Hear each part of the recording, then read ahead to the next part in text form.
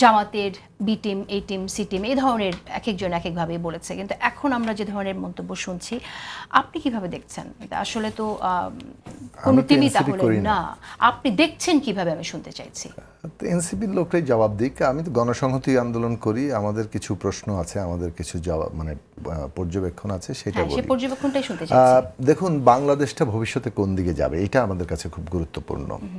ভবিষ্যৎটা যাওয়া উচিত যে ফ্যাসিবাদের বিরুদ্ধে আমরা লড়াই করেছি এবং আমাদের যে অভিজ্ঞতা হয়েছে, মানে ফ্যাসিবাদটাও তো একটা ফ্যাসিস্ট ব্যবস্থায় পরিণত হতেও তো সময় নিয়েছে। একটা স্বৈরতান্ত্রিক ব্যবস্থা যেটা কিংবা ক্ষমতা ভিত্তিক ক্ষমতা কাঠামো, এটা আমাদের প্রতিষ্ঠা থেকেই শুরু হয়েছে। ৭২ সালের সংবিধানের ক্ষমতা কাঠামো স্বৈরতান্ত্রিক, এ ব্যাপারে কোনো সন্দেহ নাই। এই সমালোচনাটা আমরা আমাদের রাজনৈতিক জীবনের শুরু থেকে করে আসছি। 1991 সাল থেকে যখন ছাত্র রাজনীতি হাতে করে নিয়েছি, একটা দলে ঢুকেছি, তখন থেকে করে আসছি।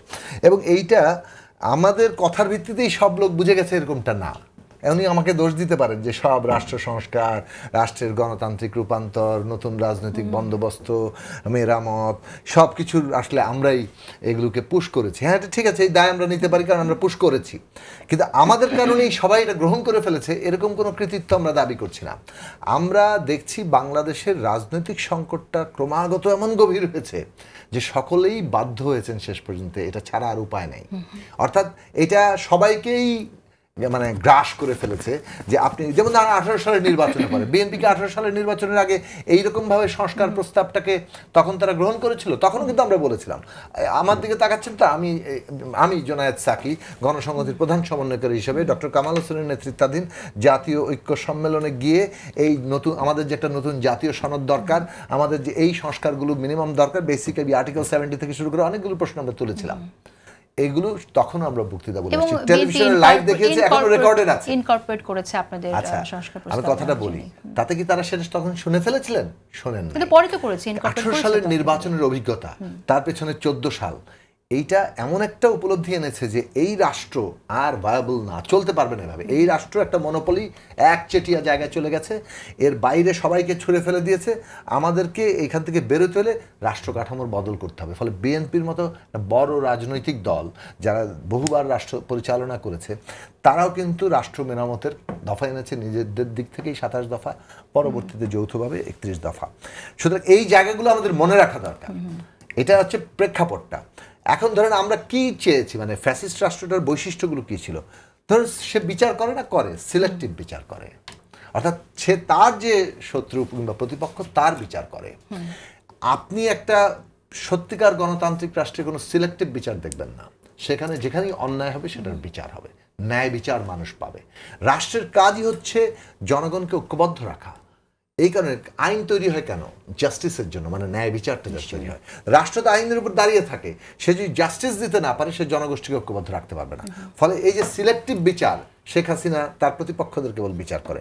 এখনো কি আমাদের এখানে ওই যে এক কথা আছে না যে একটা বিচার হচ্ছে কিন্তু আরেকটা বিচার মনে হচ্ছে হারিয়ে যাচ্ছে, অথবা যেহেতু রাজনৈতিকভাবে একদল ক্ষমতার মধ্যে বেশি ক্ষমতার মধ্যে আছে, তখন অন্যদের বিচারের প্রসঙ্গগুলো, তাদেরও যে অপরাধের জায়গাগুলো, সেগুলো কিন্তু অনেক সময় আড়াল হয়ে যায়। আমরা বলি রাষ্ট্রকে সিলেক্টিভ বিচার থেকে একটা ন্যায় বিচারের জায়গায় দাঁড়াতে হবে। আমরা বলতে চাচ্ছি রাষ্ট্র যে একচেটিয়া হয়ে পড়ে, আমি ক্ষমতায় গেলাম তো বাকি আর কেউ নাই। আমরা তো এখনই দেখতে পাচ্ছি যে যে জায়গা দখল করেছে, মোটামুটি ধরেন যার পক্ষের ডিসি আছে, মাশাআল্লাহ ওই দল ছাড়া আর কারো কথা শুনতে খুব বেশি চাচ্ছেন না। এরকম যে অবস্থাটা, ইভেন ইন কেয়ারটেকার গভর্নমেন্টের অবস্থায়, তাহলে আমরা এটা কি দেখতে চাইব? ধরুন এখন আমরা তো এটা দেখতে পাচ্ছি যে একচেটিয়াকরণের একটা রাজনীতি জামাত ইসলামের মধ্যে আগেও তাদের আমরা দেখেছি, ফিউচারেও আমরা দেখব। এখন কেউ বলতে পারে বিএনপির মধ্যে কি নাই? বিএনপির মধ্যেও একচেটিয়াকরণের যে জায়গা, যখনই চেষ্টা হচ্ছে বিএনপি তখন কিন্তু ক্ষমতায় থেকে বিপদের মধ্যে পড়েছে এবং ক্ষমতা হারিয়ে ফেলেছে। তো এইগুলো চ্যালেঞ্জ প্রত্যেকটা দলের সামনে। তারা কি একচেটিয়াকরণের দিকে যাবে, নাকি একটা সকলকে নিয়ে যে রাষ্ট্র যে সবাইকে ঐক্যবদ্ধ রাখবে? আরেকটা কথা বলে শেষ করি। জামাত ইসলামের ক্রিটিক ওনারা করছেন, ধরুন বাংলাদেশের জামাত ইসলামের সাথে আমাদের পার্থক্যের জায়গা প্রধানটা কি? আমরা মনে করি একটা গণতান্ত্রিক রাষ্ট্রের জনগণ হচ্ছে ক্ষমতার কেন্দ্র, পপুলার সভারেন্টি। জামাত এই পপুলার সভারেন্টিতে আস্থা রাখে কিনা, তার গঠনতন্ত্র, তার বক্তব্য, এই জায়গাটাতে আমরা স্পষ্ট নই। ফলে গণতান্ত্রিক রাষ্ট্র নির্মাণের আমাদের যে স্বপ্ন, সম্মিলিত আকাঙ্ক্ষা, যে সংগ্রামের ভেতর থেকে সেইটার কোথায় পরিণতি দাঁড়াবে সেই জায়গাটা নিয়ে আছে। এর বাইরে আর্থ সামাজিক সমাজে উদার গণতান্ত্রিক যে পরিবেশ, অর্থাৎ আপনি আমি, আমরা কি আসলে যার যার পছন্দ অনুযায়ী একে অপরের ক্ষতি না করে, অপরের উপরে কোনো জবরদস্তি না করে আমরা কি পারস্পরিক সহাবস্থান করতে পারবো, নাকি আপনি আমার উপরে সমস্ত বিশ্বাস এবং জীবন চর্চা চাপিয়ে দিবেন? এই যে প্রশ্নটা, মৌলিক প্রশ্ন নাগরিকের স্বাধীনতা, সেইটার প্রশ্নে আমাদের পার্থক্য দেখা যাচ্ছে। বাংলাদেশকে আমরা যেভাবে দেখতে চাই, নাগরিকের মৌলিক স্বাধীনতার জায়গা, জনগণ ক্ষমতার কেন্দ্র, একটা একচেটিয়া রাষ্ট্রের বদলে সকলকে নিয়ে রাষ্ট্র করার জায়গা এবং ন্যায় বিচারের জায়গা প্রতিষ্ঠা করা, আমাদের আরো আদর্শিক পার্থক্য আছে। আমরা যে আর্থসামাজিক সমতা চাই, আমরা তো অন্যদের সাথে দেখি না, সেই জায়গাটা আছে। ফলে আমার মনে হয় যে আমরা বাংলাদেশে এই যে রাজনৈতিক দলগুলো আপনি পর্যবেক্ষণ করতে বললেন ইত্যাদি, এখন আমি পুরনো বন্দোবস্ত দেখতে পাচ্ছি। একজন হঠাৎ করে একজন নেতা একটা কমেন্ট করলেন, ওইটাই বাংলাদেশের রাজনীতি হচ্ছে। কে কমেন্ট করলেন, কোথায় নির্বাচন কমিশন গণিমতের মাল হয়ে গেছে, বাস সারাদিন টকশোতে আলোচনা হচ্ছে। তারপরে কে কমেন্ট করলেন, অমুক হয়েছে, সারাদিন ওইটাই আলোচনা হচ্ছে। এই আলোচনার ধরনের চেয়ে বাংলাদেশ নির্মাণের প্রশ্ন নিয়ে কিন্তু আমাদের আলোচনাটা আজকে সবচেয়ে গুরুত্বপূর্ণ জায়গা।